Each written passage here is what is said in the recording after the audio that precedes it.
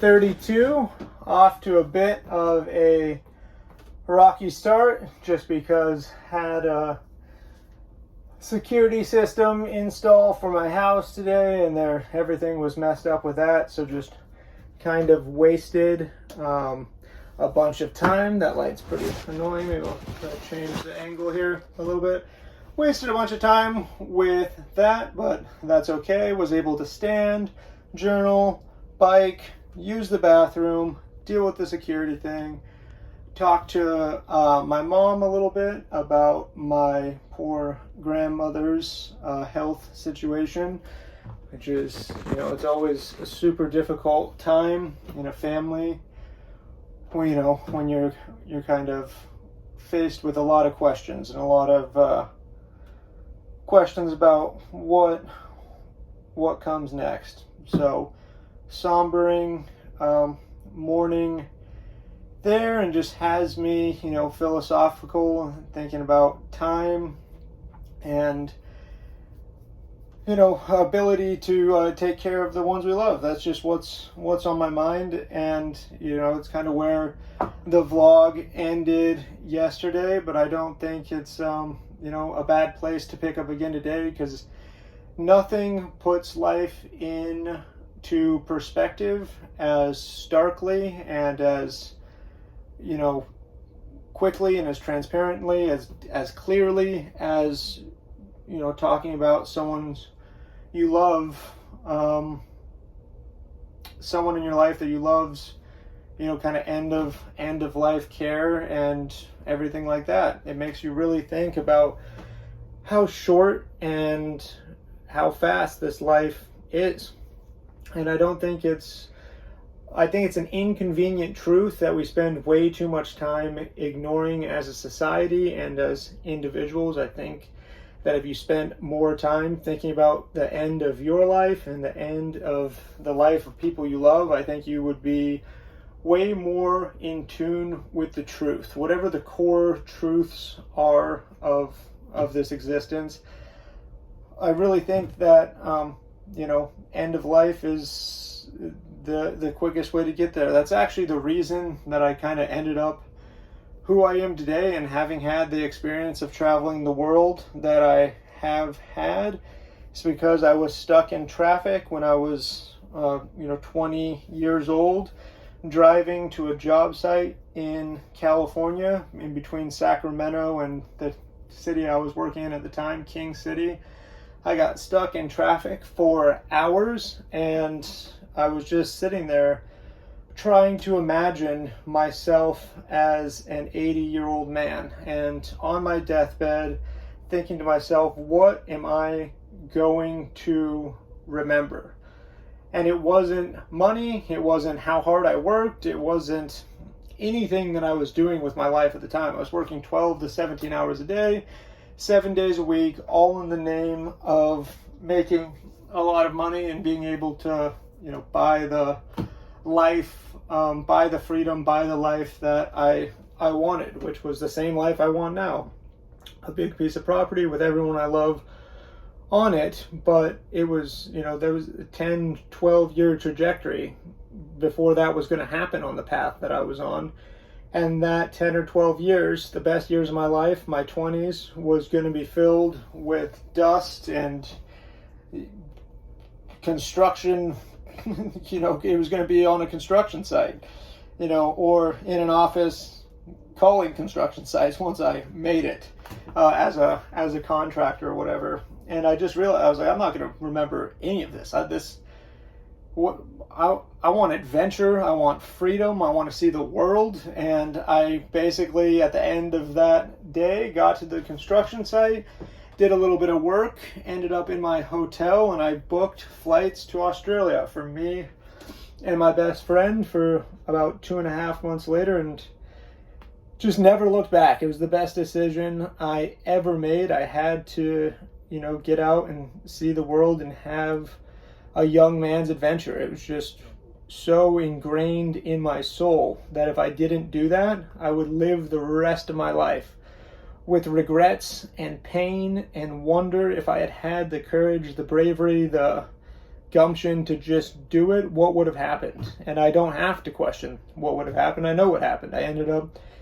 going to, I don't even know how many, 13, 15 different countries, and living with thousands of different people in different situations, biking across the southern tip of, Africa through South Africa, Namibia, Botswana, Zimbabwe. I ended up living in a riverbed in Spain, and got to experience so many different walks of life, so many fantastic people. I learned so much. I learned to cook.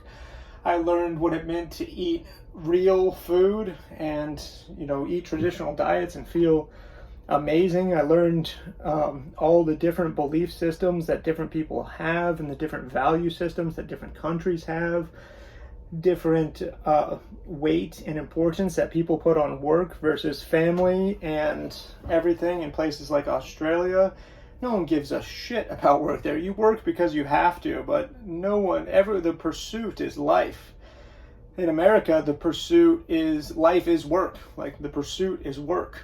Life comes second, and it's just not that. It's not that way down in Australia. In New Zealand, at least, I can speak for those two countries where I spent the vast amount of time. I kind of say the same thing. It definitely about Africa as well. Europe is a bit of a mix between the two. At least where I spent time, Spain and England especially. It's kind of you live for life, but you got to work a lot. Work is way more ever-present inconvenience than it is down in Australia.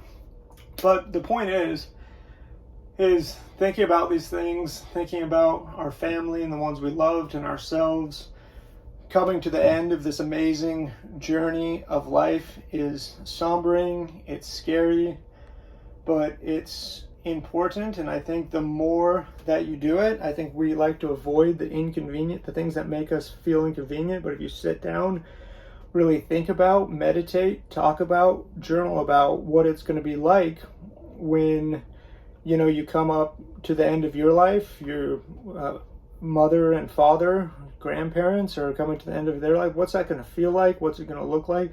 What would you want to do or say to or with them prior to that happening? Because you never know. It could be a lot sooner than you think for any given person. And I just think it's such an important exercise that we just avoid because of the uncomfortableness of it. But I always try to seek things that make me uncomfortable, seek things that are difficult, seek things that scare me, do things that scare the shit out of me every day. There was nothing on earth that scared me more than just being honest and open and sharing myself, my videos and my perspective on YouTube, because of the fear of judgment, the fear of people disliking me. That was huge for me until I did it quite a few times and realized, and just realize no one gives a shit. No one cares what I'm doing, you know what I mean? The worst case scenario is everyone's so consumed with their own situation, their own family, their immediate problems that some paralyzed guy filming himself on YouTube, the most they can do with that, the most they have time to do with that is just hate it briefly for a second. Be like, I don't like that. Like, fuck that guy. Like, even if it's your family and friends, the most they can do is just, a cursory judgment, and then they're over it. They're back off to doing whatever they do. They just, nerd or silly. They think one negative thing, and then it's just evaporated from their life. And that's on the bad side of things. Most people don't even have that negative judgment towards other people, and they just, think all the power to them, or it's not for me, but I like it, or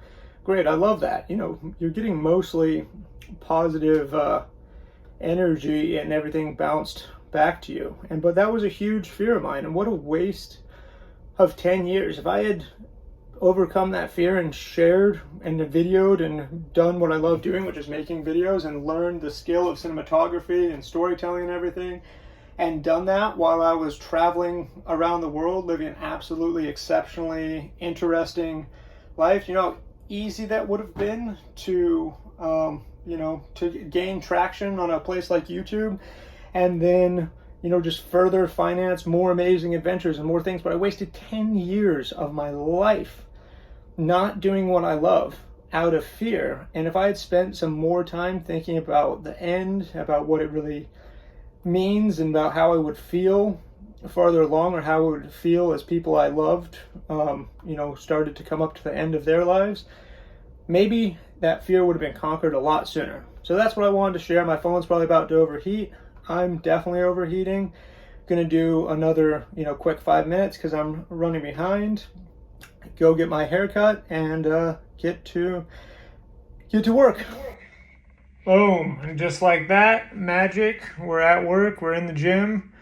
Wow, look at that. That haircut from the profile view is something fucking else. It looks like I've got like a weird little hat on of some sort, beret or something. But anyways, chest day today. Just gonna do 3 sets of chest press to failure. Not gonna show you all 3 sets because that gets pretty boring. But yeah, you're just gonna have to take my word for it.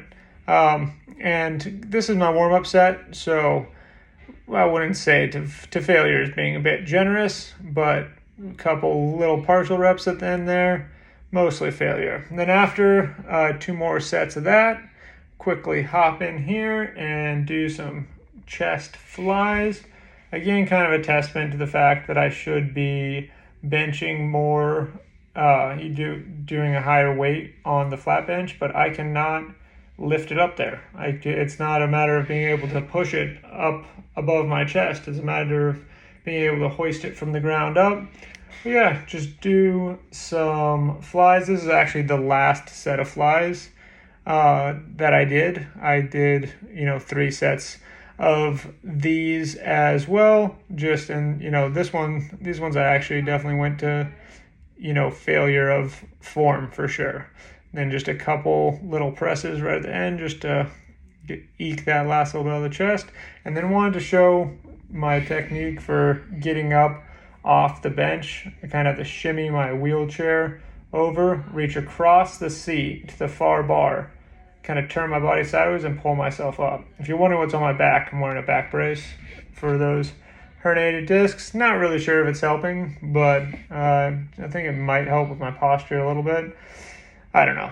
It's up for debate. But yeah, just going to show the transfer as well for, because I know as paralyzed people, everyone's curious about transfers, and, some people self-conscious about it. I definitely was self-conscious about it when I first started getting in the gym, but, 5 years later, just don't really give a fuck. Hey, we are back in the Grand Caravan of Dreams. Smells like absolute shit in here.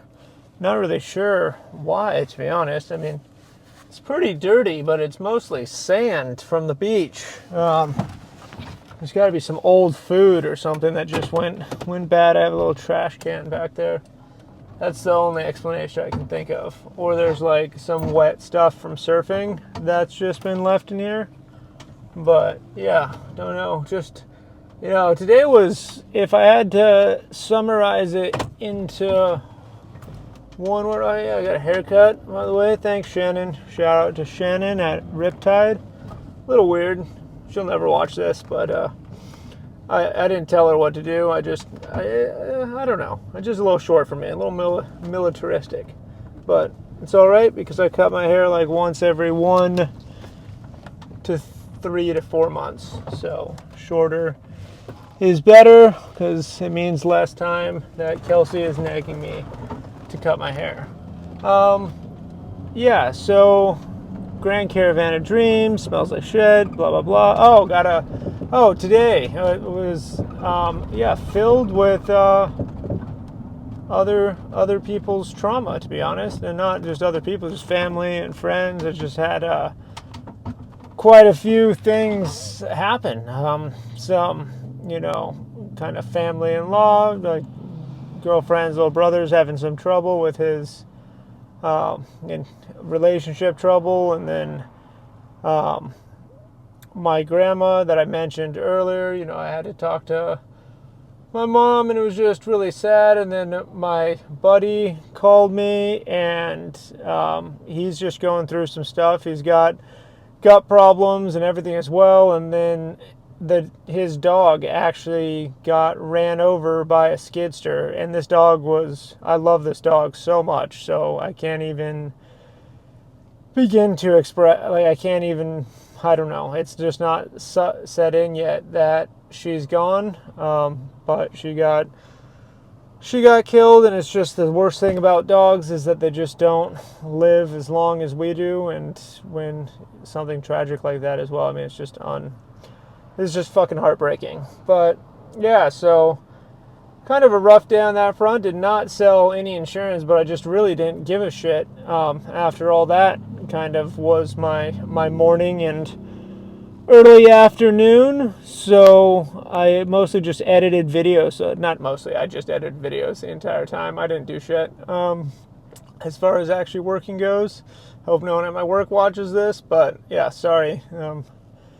Just wasn't feeling it today, and got a chest workout in. Holy crap, am I weak from this low calorie deal.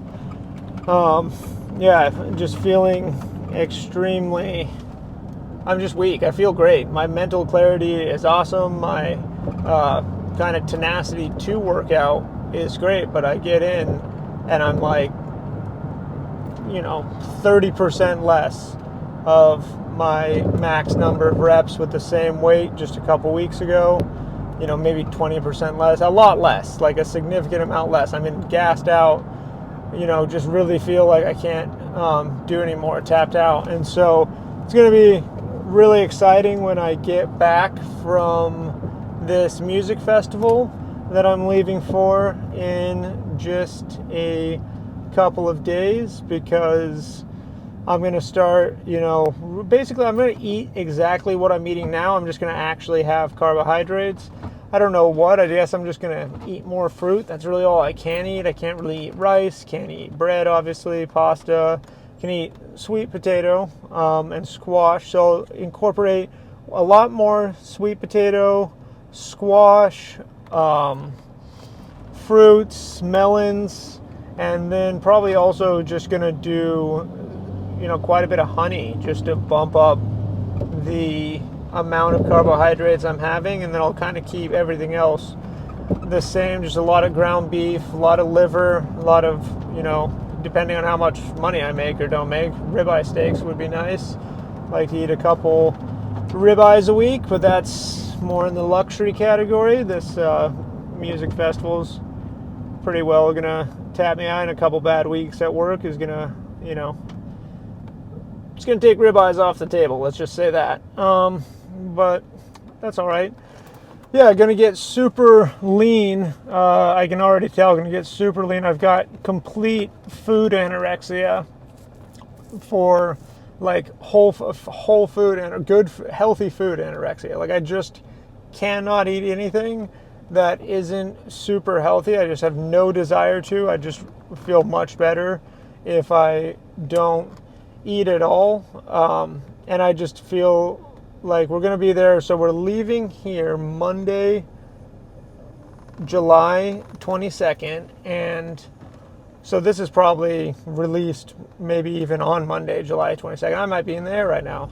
But I don't know how this is going to be released, closer to July 22nd at least. But I could be at the music festival as we speak.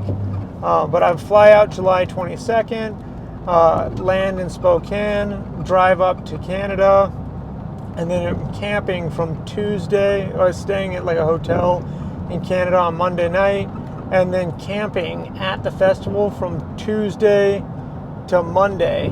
And there's just no way we're going to pack enough meat and fruit to, fresh meat and fresh fruit to cook for that entire time. There's no way. I don't foresee it. I don't see us having enough coolers, enough preparation, enough forethought.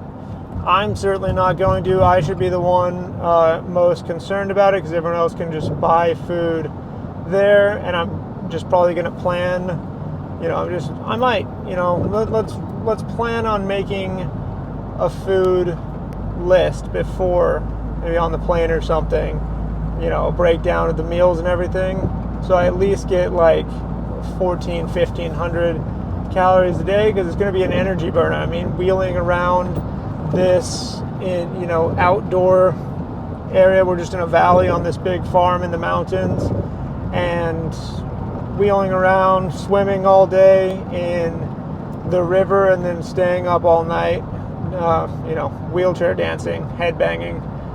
So, lots of sweating and energy output.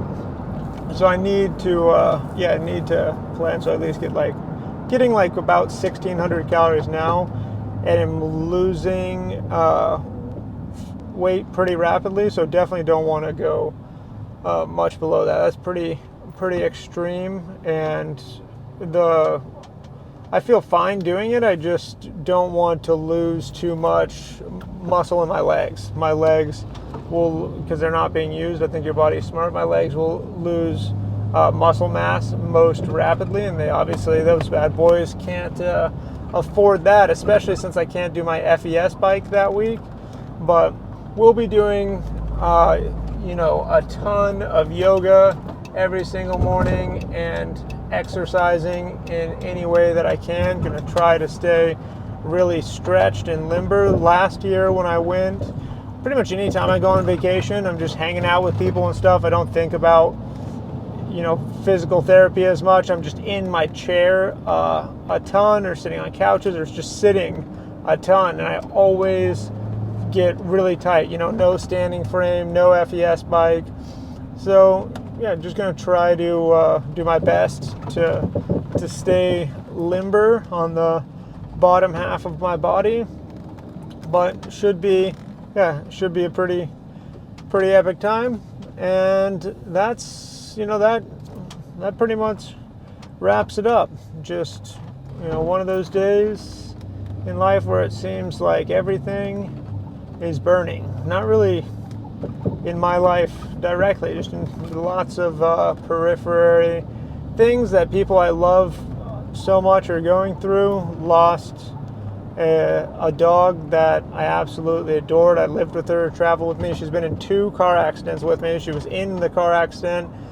She was in my pickup truck with me when I crashed. She was in the bed of the pickup, and I flipped through a telephone pole at 80 miles per hour, and my girlfriend's boxer, Millie, was in there, and my buddy's dog was in there as well, Mila. And Mila showed up at a nearby house like an hour or so later. That's actually how my buddy found out that I was in the hospital. Mila was, she had a big cut on her leg, but she was all right.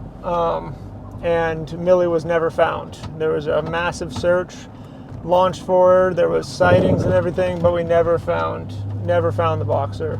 So yeah, I really don't, there's nothing to say. It's just, my heart's broken that she's gone.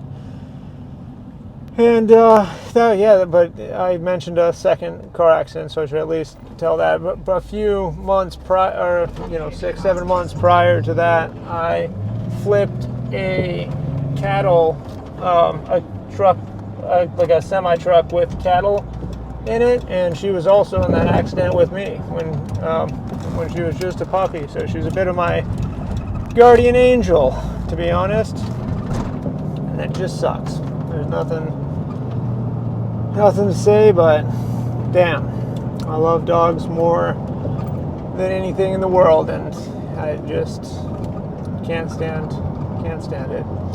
But don't want to just leave you on that horribly morose note, but just value the time that you got with the people and the pets, and the things in life that you truly love. It is so damn short. It can go in an instant, and cherish it for all it's worth. Love you guys, and good night.